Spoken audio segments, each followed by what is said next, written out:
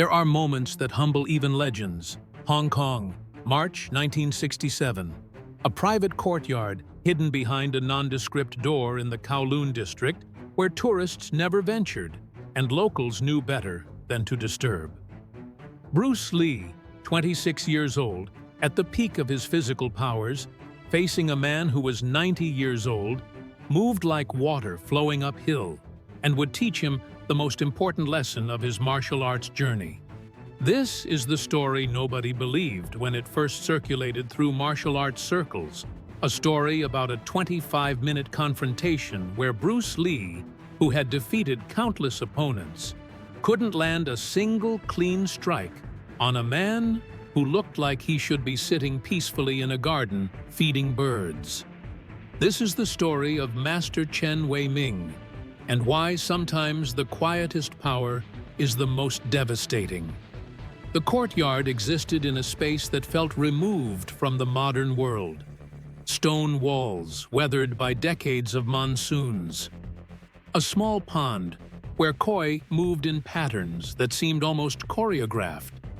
Bamboo growing at angles that suggested careful cultivation rather than random growth.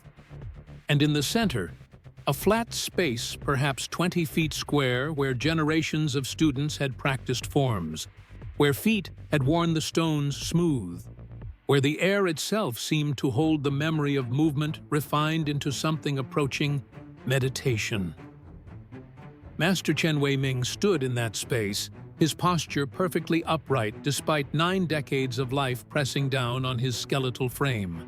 He was perhaps 5'6", no more than 120 pounds, his body so thin that every bone was visible through skin that looked like parchment stretched over fragile architecture. His hair was completely white, pulled back in a simple knot that suggested more function than aesthetics. His face carried wrinkles that mapped a lifetime of experience, deep lines around his eyes, crevices along his cheeks, the kind of weathering that comes from years spent outdoors in contemplation and practice. But his eyes held a clarity that seemed impossible for someone who had seen nearly a century of life.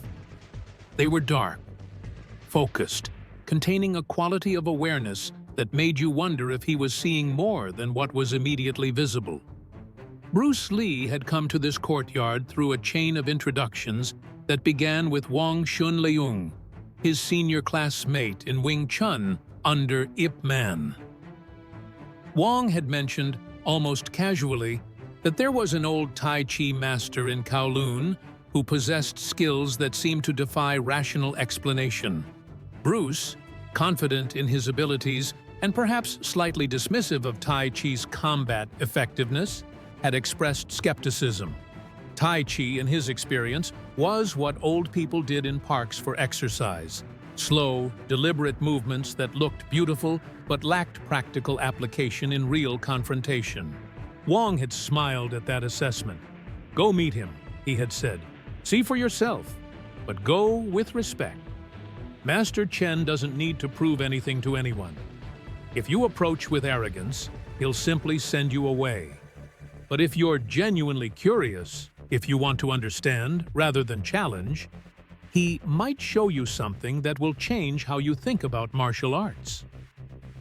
Bruce had accepted the introduction with the confidence of a man who had tested his skills in real fights, who had refined his technique through actual combat rather than theoretical practice, who had built a reputation as someone who could back up his philosophy with demonstrable results. He arrived at the courtyard on a Thursday afternoon, wearing simple training clothes, his body carrying the lean, defined muscle of someone who treated physical conditioning like a science.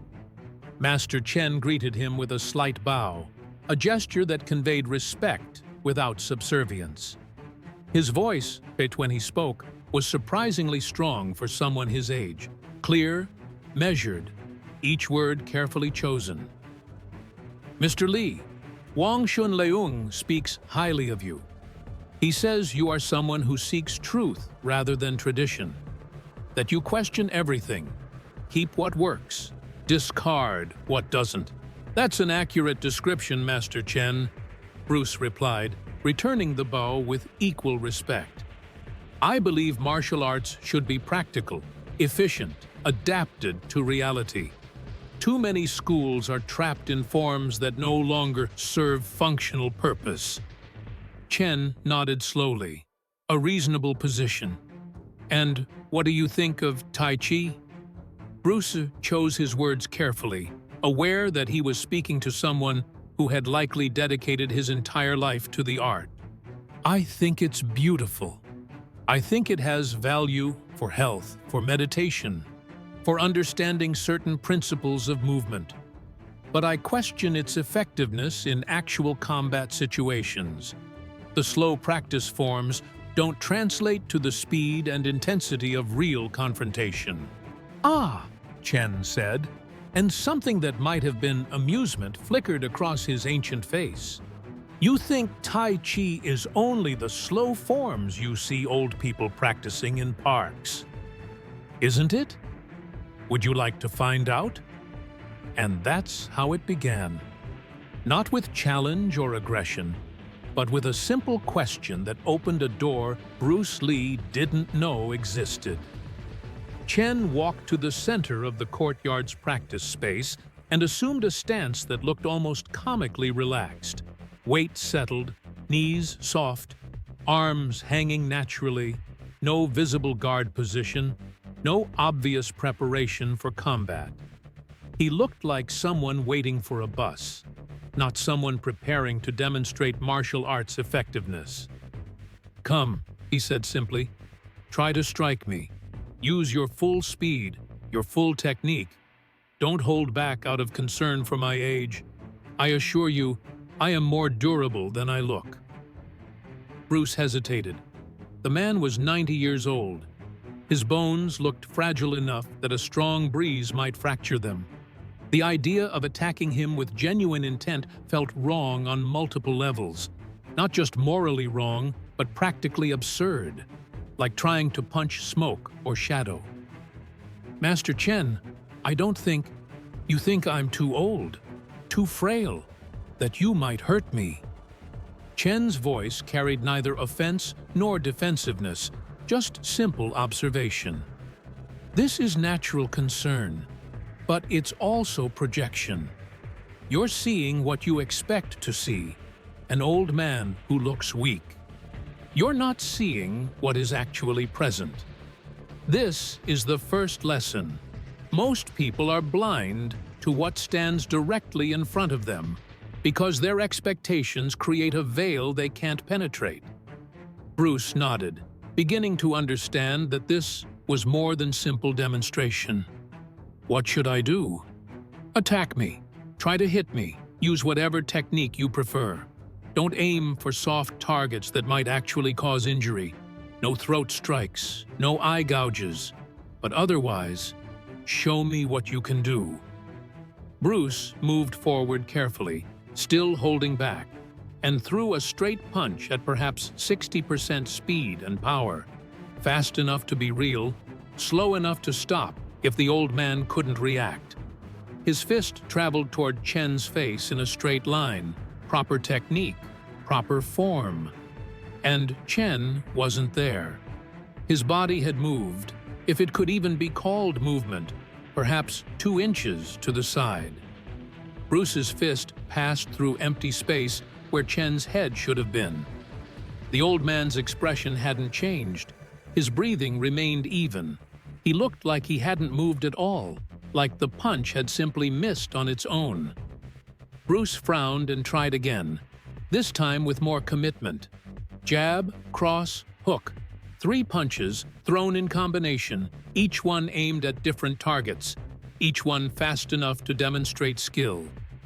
Chen's body flowed between the strikes like water finding paths between stones. Minimal movement, maximum efficiency. Bruce's fists found only air.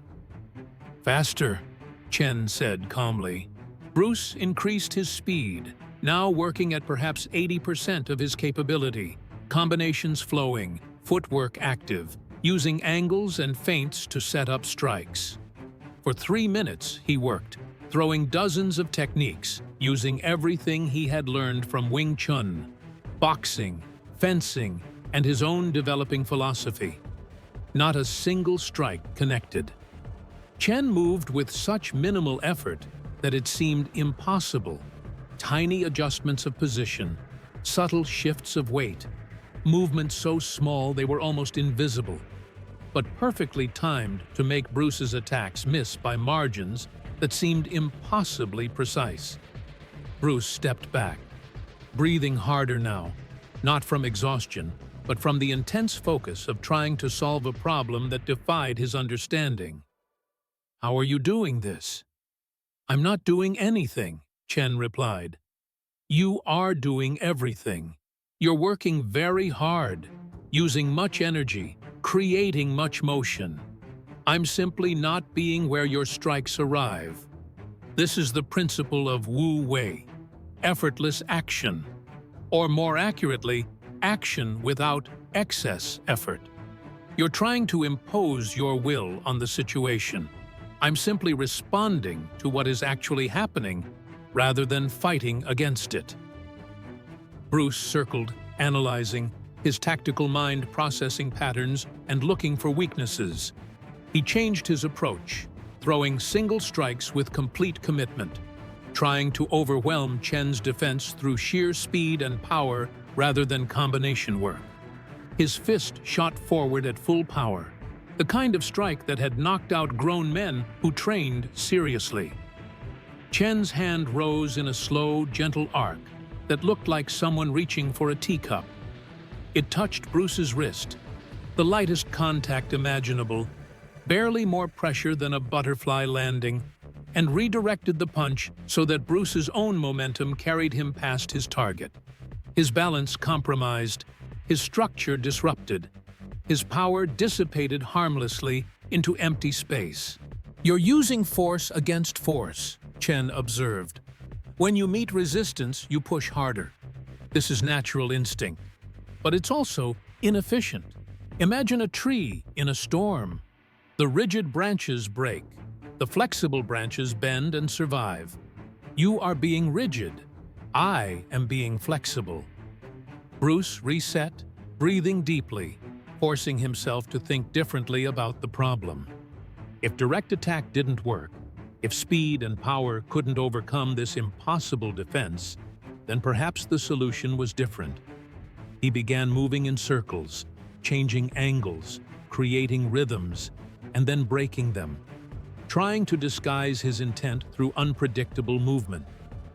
Chen simply stood there, his own position barely changing, his eyes tracking Bruce with that unsettling clarity. When Bruce attacked from new angles, from unexpected positions, Chen was somehow already positioned to make the attacks miss. It was as if he was reading Bruce's intentions before Bruce's muscles had received the signals from his brain. 15 minutes passed. Bruce had thrown hundreds of strikes, punches, kicks, elbows, knees, using every technique he knew. Not a single one had connected. And more frustratingly, Chen hadn't counterattacked once. He had simply made Bruce miss, over and over, with such minimal effort that it seemed to violate physics. Bruce stopped, his hands on his knees, breathing hard now, not from physical exhaustion. His conditioning was excellent, but from the mental strain of trying to solve an impossible equation. "I don't understand what you're doing. You're moving, clearly, but I can't see how you're reading my intentions. There's no telegraph that I can detect, no pattern I can identify. How are you doing this?" Chen walked to the edge of the courtyard where a small wooden bench sat beneath a tree, gesturing for Bruce to join him. "Sit, rest, and I'll tell you what you're not seeing." Bruce sat, grateful for the pause, his mind racing through everything that had just happened, trying to find the pattern, the explanation, the technique that could be analyzed and understood. "What you practice," Chen began, "is excellent for what it is. You have studied fighting as science. You have refined technique to maximum efficiency. You have developed speed, power, timing, all the physical attributes necessary for combat. These are real skills, real effectiveness. Against most opponents, you would dominate because your training is superior to theirs. But, Bruce prompted, but you are still operating in the realm of doing. You decide on a target, you execute technique, you try to impose your will on the situation. This is not wrong. For many purposes, for most confrontations, this is more than adequate. But there is another level, the level where you stop doing and start being, where action arises not from decision, but from direct perception of what is actually happening in the moment. That sounds like mysticism, Bruce said, though his tone was more curious than dismissive. Chen smiled. It does, doesn't it?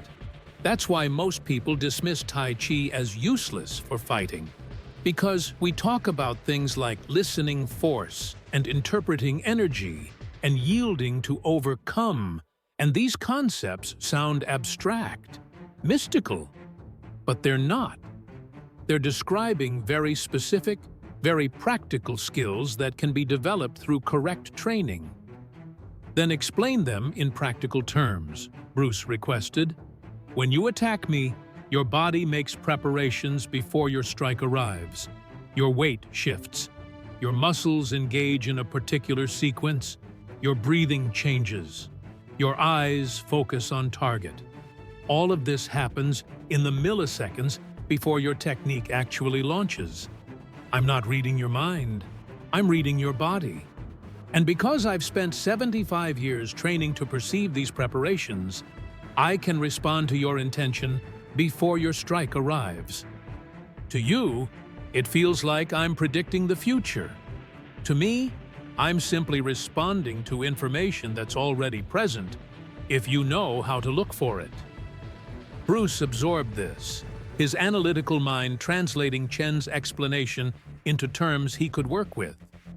You're saying that my body telegraphs my intentions in ways I'm not conscious of, and you've developed sensitivity to read those signals. Precisely. And more than that, I've developed the ability to respond without thinking, without deciding.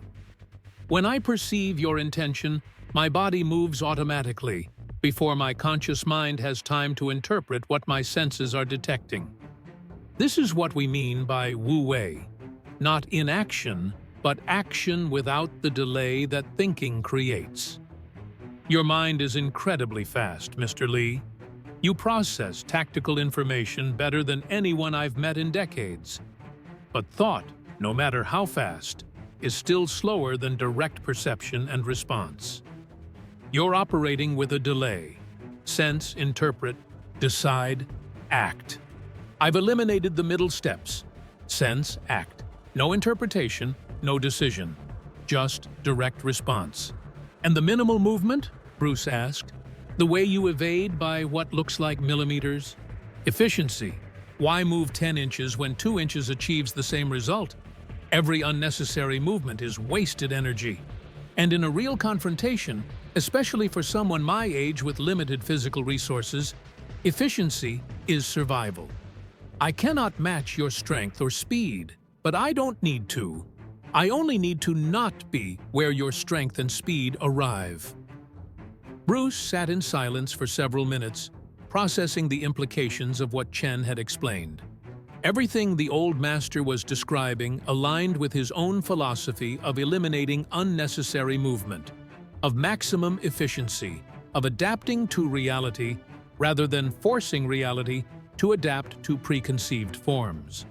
But Chen had taken these principles to a level Bruce hadn't fully conceptualized, a level where technique transcended conscious application and became something closer to reflex, to instinct refined through decades of deliberate practice.